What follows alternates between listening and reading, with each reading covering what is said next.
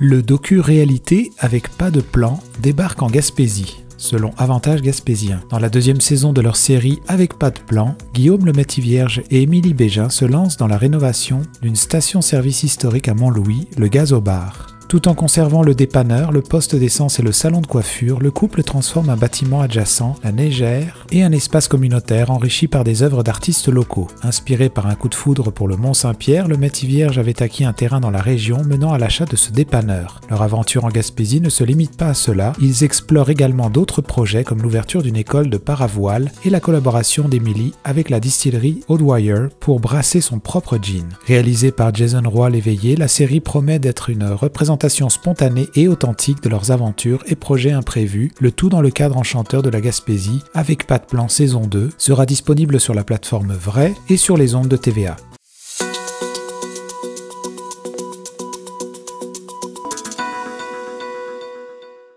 3,5 millions du fédéral pour Nergica selon Radio Gaspésie. Nergica, un organisme de recherche dans le domaine des énergies renouvelables, a reçu un financement de 3,5 millions de dollars de Développement économique Canada. Ce soutien financier non remboursable est réparti sur 3 ans et crucial pour la poursuite des activités de Nergica. L'annonce a été faite à Gaspé par la députée et ministre Diane Leboutillier qui a mis en lumière le rôle significatif de Nergica dans le secteur de l'innovation au Québec et au Canada. Frédéric Côté, le directeur de Nergica, a souligné que ce financement représente 50% du budget de fonctionnement de l'organisme. Le centre de recherche et de transfert technologique emploie environ 40 personnes hautement qualifiées. Ces fonds seront utilisés pour mener une variété d'opérations et piloter annuellement entre 75 et 80 projets en collaboration avec des entreprises ou organismes intéressés par le développement des énergies renouvelables. Ce financement est donc un levier essentiel pour Nergica dans sa mission de recherche et de développement dans le domaine de l'énergie renouvelable, consolidant ainsi son rôle en tant qu'acteur clé dans ce secteur.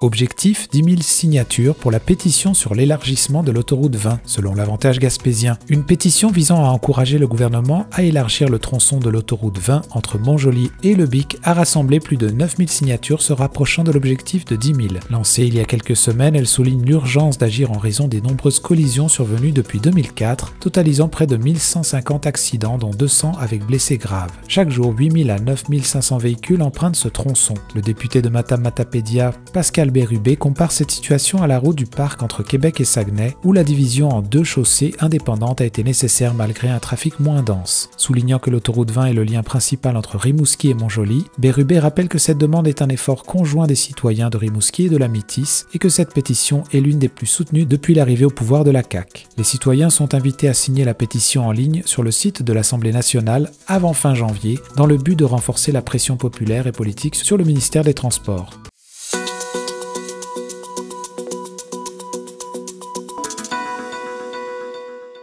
Environnement vert plus, forêt et claims miniers au menu, selon Bleu FM. En 2024, l'organisme Environnement vert plus, avec son porte-parole Pascal Bergeron, va se concentrer sur la surveillance de la gestion forestière et des activités minières en Gaspésie. Des sujets prioritaires pour cette organisation régionale. Pascal Bergeron, s'inspirant du film L'erreur boréale de Richard Desjardins, souligne l'importance écologique et économique de la forêt tout en appelant à une vigilance accrue en matière de prévention des feux de forêt. Bien que la Gaspésie ait été épargnée par les grands incendies récents, il insiste sur la nécessité de rester alerte face à la menace croissante de feux dévastateurs. En plus de la gestion forestière, l'attention de l'organisme se porte également sur le dossier du caribou forestier, dans l'attente d'un plan de gestion par le gouvernement du Québec. La stratégie de protection du caribou a déjà été reportée à quelques reprises par le gouvernement de la CAQ. Un autre sujet de préoccupation majeure pour Pascal Bergeron est l'augmentation substantielle des titres miniers dans la région, qui a connu une hausse de plus de 100% l'année dernière, signalant un potentiel impact environnemental significatif.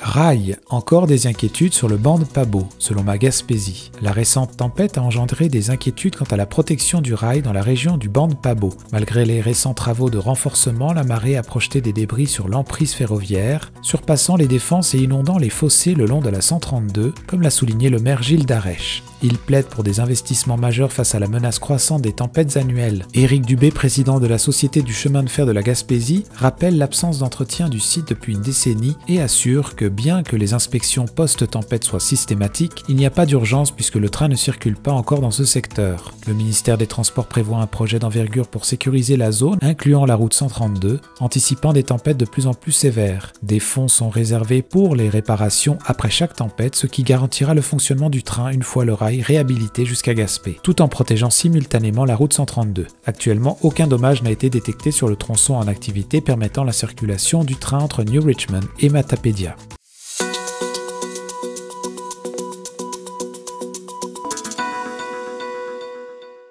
Éolien, Hydro-Québec doit construire une ligne de transport en Gaspésie, selon Radio Gaspésie. Frédéric Côté, directeur d'Energica, souligne l'importance d'une nouvelle ligne de transport d'Hydro-Québec en Gaspésie pour maximiser les bénéfices de l'essor du secteur éolien. Avant le plan d'approvisionnement 2023-2032 d'Hydro-Québec prévoyant le développement de plusieurs mégawatts d'énergie éolienne, la capacité actuelle du réseau en Gaspésie déjà saturée pourrait freiner de nouveaux projets. Frédéric Côté insiste sur l'urgence de résoudre ce problème pour permettre le développement éolien. Il rappelle également qu'auparavant, les appels d'offres exigeaient que les promoteurs produisent un pourcentage de composantes dans la région, une pratique qui a favorisé l'implantation de LM Wind Power à Gaspé, mais qui n'est plus en vigueur. Malgré la perte d'entreprises entre 2016 et 2020 due à l'absence d'appels d'offres, la région conserve une longueur d'avance. Frédéric Côté suggère que le gouvernement québécois adopte une nouvelle politique pour soutenir et développer l'industrie éolienne dans la province.